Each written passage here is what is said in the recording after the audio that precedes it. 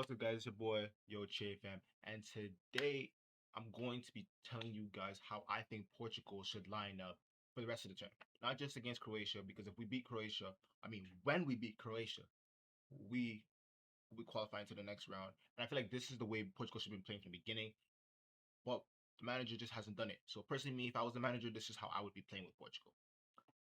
All right, as you guys can see, the formation has changed for Portugal's games. Let's go see the lineup Portugal has been using for a majority of their games. Actually, real quick, like against Colombia, which I think it was a rainbow game with the talent they have in the squad. Um, they lined up with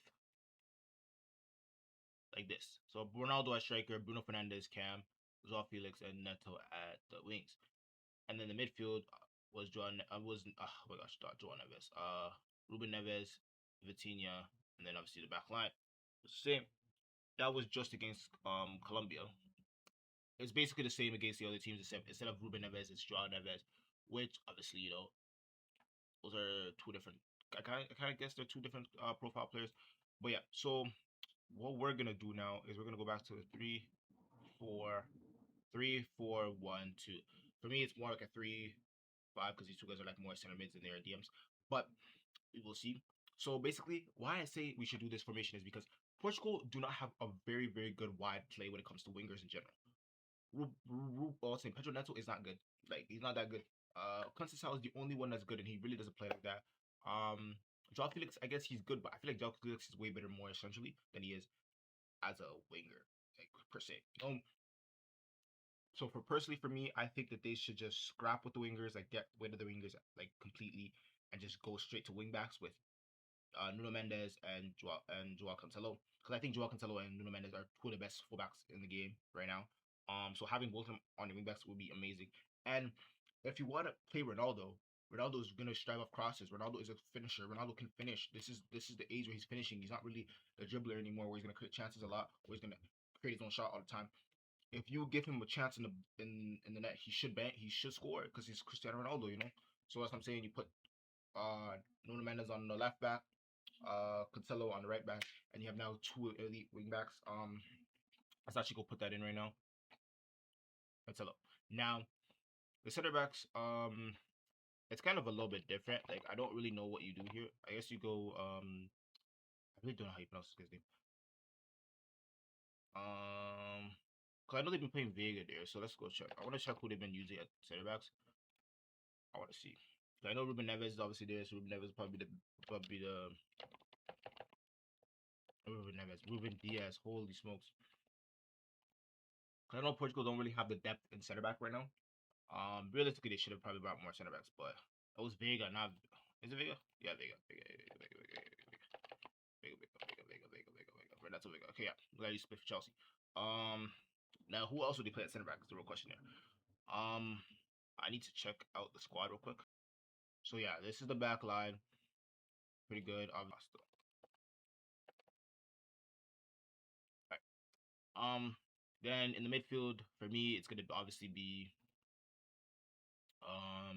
for me, I think you have to go back to the proper one, which is Vitinha and Neves, João Neves, and then obviously the best player in the Portugal team right now is going to be Bruno Fernandes, who I personally think they should just give the keys to Bruno Fernandes and let him do whatever he got to do. Because I feel like if you give Bruno Fernandes the keys, we've seen when you give Bruno Fernandes the keys at Manchester United, what he's done for Man United. So imagine you give him the keys at Portugal, where he has elite players playing with him. Man, this will be an elite team, an unstoppable team. But then obviously here we're gonna have to put the greatest player of all time, Cristiano Ronaldo, and a left striker. We got. See, this is where it gets difficult because there's only two options I'm thinking here: Joao Felix, actually no, three: Joao Felix, Ramos, and Leao. I feel like Leao is perfect for this because he's gonna make that running. Cristiano Ronaldo's not gonna do. I feel like Ramos also is a good option because he's a really good finisher as well. I just don't think he has that running that Leao has. Joao Felix is also really good because he's like more of like he could play make as well with the goal scoring. He could dribble, create chances. You know what I mean? So that's what I want. That's why I'm thinking that Joao Felix. But my pick personally would have to be Leao. I'm just a big fan of Leao. So I think this lineup right now, if you play this lineup against Croatia, you beat Croatia easy. This line, especially with the players you have with Bruno Mendes on the left back, Joao Cancelo on the right back, Vega on the center back, Diaz on the center back, in Sao, I think that's how you pronounce your name, center back. This back line alone would make this formation would make them stronger defensively, and then make it easier for them to create chances with the outlets they have, because they don't have elite wingers again. Like the winger options they have right now are Conceição, um, Felix, Trincao, sometimes even Bernardo Silva. Like these guys are not elite wingers, man. We gotta give it. We gotta say it right now. Joao Felix is more of like a striker, even center forward. Pedro Neto is just absolutely trash and plays for Chelsea, so that should already tell you everything. Conceição is my favorite out of all of them, and Conceição doesn't even play like that, so might as well just keep on the bench. Who else? Who else? Who else? Trincao is like, Trincao is not a starter for me. He's not. He's just not a starter. He's not a starter. Yeah. Honestly, for wing backs, you have way more options because you have Nelson Tomato, you got Diego Dallo, you got Mateus Nunes. Like, you have all these good players that could impact the team.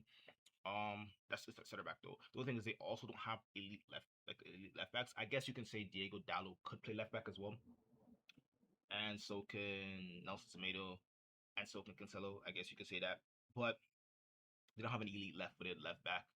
So that's one thing. But either way, for me, I think this team, if you play this team against Croatia, you beat Croatia. I generally think you beat Croatia because this would make them way better attacking. But the problem with Portugal, and the problem I've been saying with Portugal for the last 2 years, 3 years, is that they need to just give Bruno Fernandes the keys, because Bruno Fernandes is the best player on this team. Bruno Fernandes is the best midfielder in the world. Bruno Fernandes is the best player in the world. We need to give him the keys to conduct the team the way he wants the team. You give this guy the keys to conduct the team the way he wants it to be. I promise you, this guy is gonna create you 8 chances, 7 chances, 6 chances for Cristiano Ronaldo alone.